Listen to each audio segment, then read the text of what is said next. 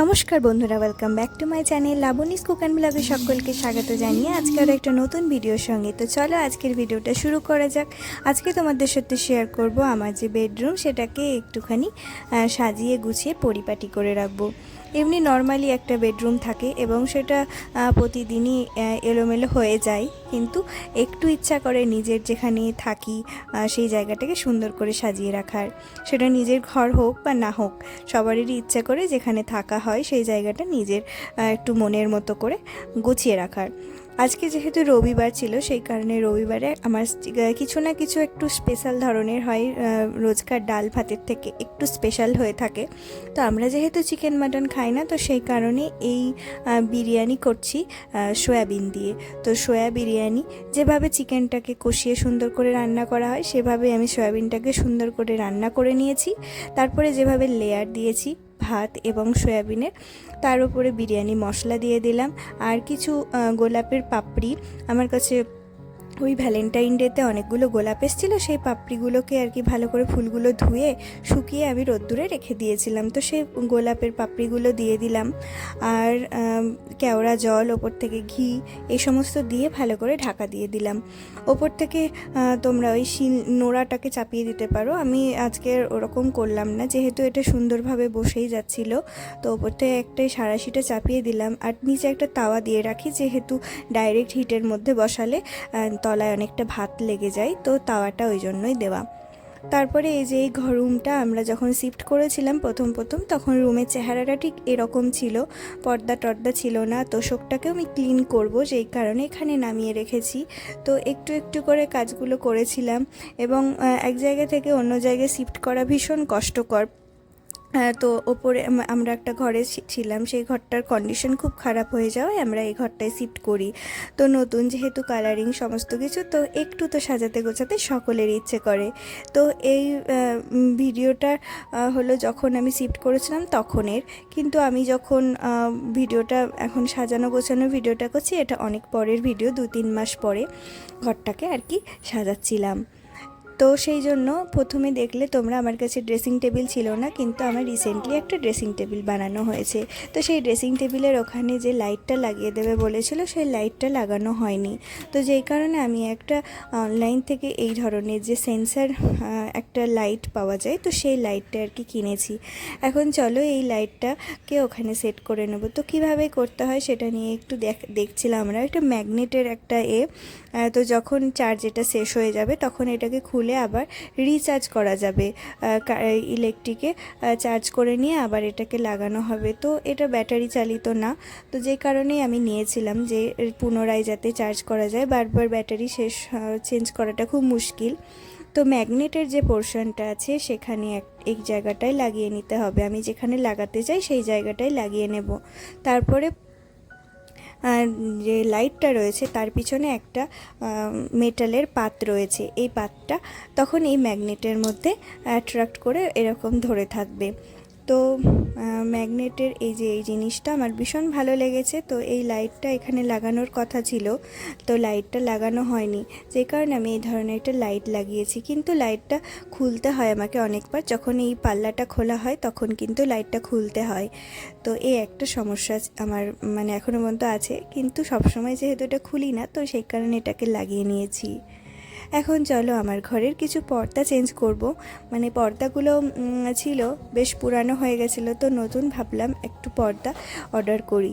তো এই পর্দাগুলো এসেছিলো, এই পর্দাগুলো আমার বেশ সুন্দর লাগছে এবং হোয়াইটের মধ্যে যেহেতু, তো সব কালারের সাথেই এটা চলে যাবে মোটামুটি।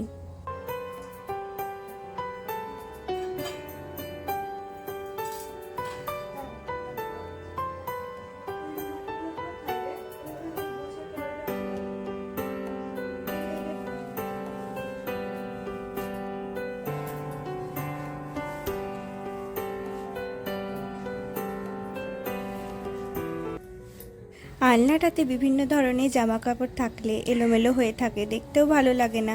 আর তারপরে হলো সবথেকে বড় যেটা সমস্যা হয় সেটা হলো মাকড়সা জালি বাঁধে, ধুলো পড়ে জামা কাপড়ের মধ্যে, যে জামা কাপড়গুলো অনেক দিন পরা হয়নি সেগুলো পরে আর না ধুলে পরাই যায় না।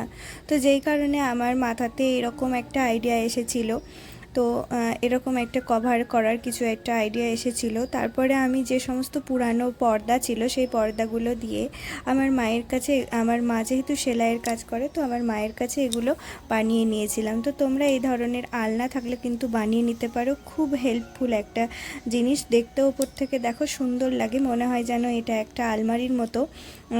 আর আলনাটা দেখতে লাগে, আর জামা কাপড়গুলোও দেখা যায় না, জামা কাপড়ে ধুলোও পড়ে না, আর এরকম কভার হয়ে থাকে সুন্দর। দেখতে কতটা সুন্দর লাগছে আগের থেকে।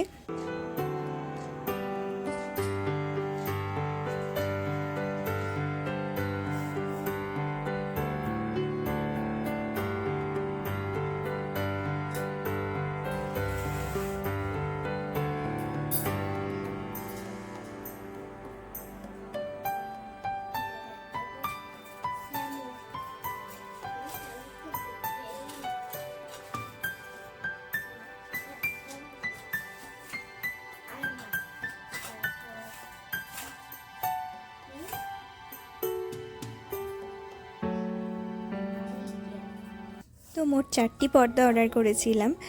ওই দিকের দরজায় 2টো লাগিয়ে নিলাম, আর এদিকের দরজায় 2টো লাগিয়ে নিলাম। একটা লাগালে কি হচ্ছিল সমস্যাটা, সেটা হলো পুরো যে দরজাটা রয়েছে সেটা কভার হচ্ছিল না, আর এই ধরনের যে কার্ভগুলো হয় কার্টেনে সেটাও আসছিল না, যার ফলে কার্টেনটা দেখতে অতটা ভালো লাগছিল না, যেই কারণে 2টো করে লাগাতে হবে। এবার ওই যে লতাগুলো হয়, যেগুলো আর্টিফিশিয়াল লতাগুলো হয়, এগুলো আমি অনেকগুলো কিনেছিলাম। তো 2টো এখানে লাগালাম। আর একটা যে লাইটিং হয়, যেটা কালী পুজোতেই একবার জ্বালানো হয়, সারা বছর পড়ে থাকে, তো ভাবলাম যে এখানে লাগিয়ে নিই, কিন্তু পার্মানেন্টলি এটা লাগানো থাকেনি। কিছুদিন থাকার পরে এটা আবার খুলে খুলে পড়ছিল, যেই কারণে এটাকে খুলে রেখেছিলাম পরবর্তীকালে।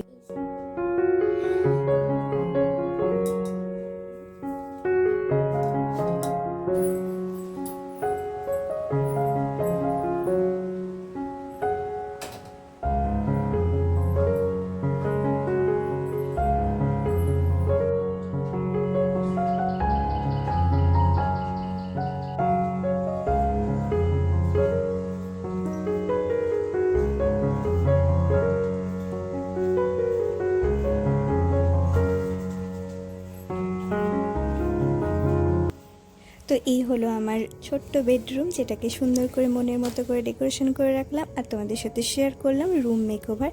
তো চলো, কেমন লাগলো সেটা কিন্তু তোমরা জানিও অবশ্যই বন্ধুরা। এখন চলো রাত্রে ডিনার করতে হবে। তার আগে যেটা আমি কাজ করতে শুরু করেছি সেটা হলো টমেটো সস বানাবো। যেহেতু ছেলের স্কুল শুরু হয়ে গেছে, তো এই সসটা ওকে বানিয়ে রাখলে প্রতিদিন দিই। যেহেতু বাজারের সসটা প্রতিদিন খাওয়া ভালো নয়, তো সেই কারণে ছোট মানুষ যেহেতু প্রতিদিনই আমাকে সসটা চাই রুটি বা পরোটার সাথে, তো যেই কারণে এই সস বানানোটা আমার সেই শুরু হয়েছিল যখন টমেটোগুলো খুব সস্তায় পাওয়া যাচ্ছিল, 10 টাকা কিলো। তখন কিন্তু অনেক 1 কেজি 2 কেজি করে টমেটো সস বানিয়েছিলাম।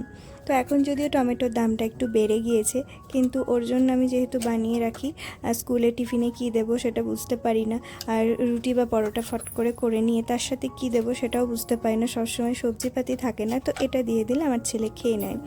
তো যেই কারণে ইভিনিংয়ে আমি এই টমেটো সস বানানোর জন্য টমেটোগুলোকে ভালো করে ধুয়ে নিয়েছি, তারপর সমস্ত কিছু রেডি করে নিয়েছি। এর সাথে বিটরুট, পেঁয়াজ, রসুন, আদা, লঙ্কা সমস্ত কিছু ছাড়িয়ে নিয়েছি। এবার সন্ধ্যেবেলায় ছেলেকে একটু দুধ দিয়ে দিচ্ছিলাম, আর তার সাথে বললো একটু কফি নেবে, তো সেটা আর কি করে দিচ্ছিলাম। তারপরে চলো রাত্রে ডিনার করব, আর এই সসটাকে বানিয়ে রাখবো।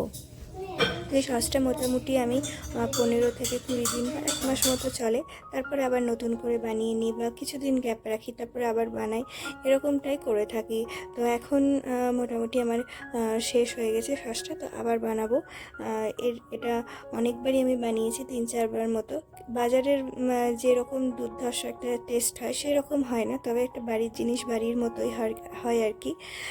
তো আমি এখানে যেগুলো ইউজ করেছি সেগুলো সমস্ত কিছু রেডি করে নিলাম। আর পুটলির মধ্যে কিছু গোটা গরম মশলা আর স্টার এনিস থেতো করে এই পুটলিটার মধ্যে দিলাম। এগুলো শুধু জাস্ট ফ্লেভারটা নেব, মশলাগুলো এর মধ্যে দেব না, তো সেই কারণে হামনদিস্তার মধ্যে করে নিয়ে তো বানানোটা খুবই ইজি, খুব একটা বেশি সময় লাগে না। তো টমেটোগুলোকে কোনো তেল কিছু দিইনি, শুধুমাত্র এই পাত্রের মধ্যে ঢেলে দিয়েছি, সেদ্ধ করব। আর যা যা কেটে রেখেছি সমস্ত কিছু এর মধ্যে একে একে দিয়ে দেব। লবণ দিয়ে দেবো, সব কিছু মিক্স করে চাইলে অল্প একটু তেল দিতে পারো, তো তেল না দিলেও কোনো সমস্যা নেই। তো সমস্ত কিছু একেবারে দিয়ে দিলাম। এবার ঢাকা দিয়ে দিয়ে এটাকে অনেকক্ষণ ধরে সেদ্ধ করে নেবো খুব ভালো করে। তারপর সেদ্ধ করে নেওয়ার পরে বাকি প্রসেসটা তোমাদের দেখাচ্ছি।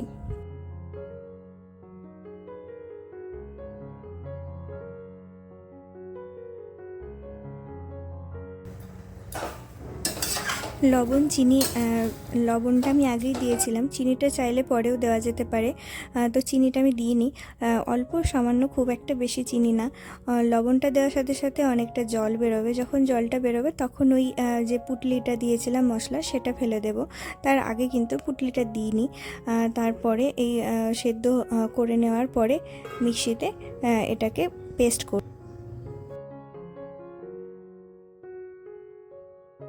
তো খুব ভালো করে ঠান্ডা করে নেওয়ার পরে তবেই মিক্সিতে দেওয়া উচিত, গরম অবস্থায় দিইনি, তাতে খারাপ হয়ে যেতে পারে মেশিন।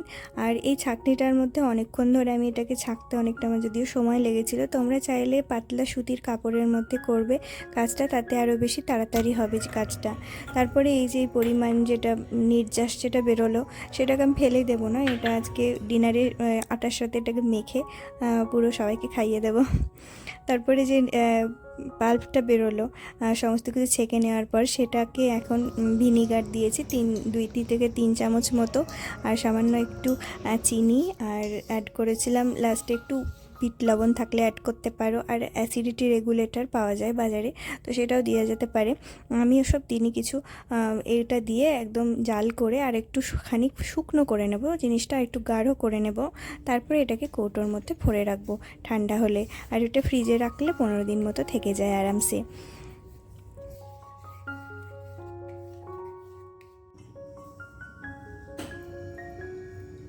তো চলো বন্ধুরা, আজকের ভিডিওটা এখানেই শেষ করছি। আজকে আমাদের ডিনারে এই যে দই অনেক জমে গেছিলো, তো দই দিয়ে আর কি এই যে টমেটো যে নির্যাস বেরোলো সেটা দিয়ে আটাটা মেখে আজকে পরোটা বানিয়ে নেব। তো আজকের ভিডিওটা এখানেই শেষ করছি বন্ধুরা, দেখা হচ্ছে পরবর্তী ভিডিওতে। ততক্ষণ সবাই ভালো থেকো, সুস্থ থেকো।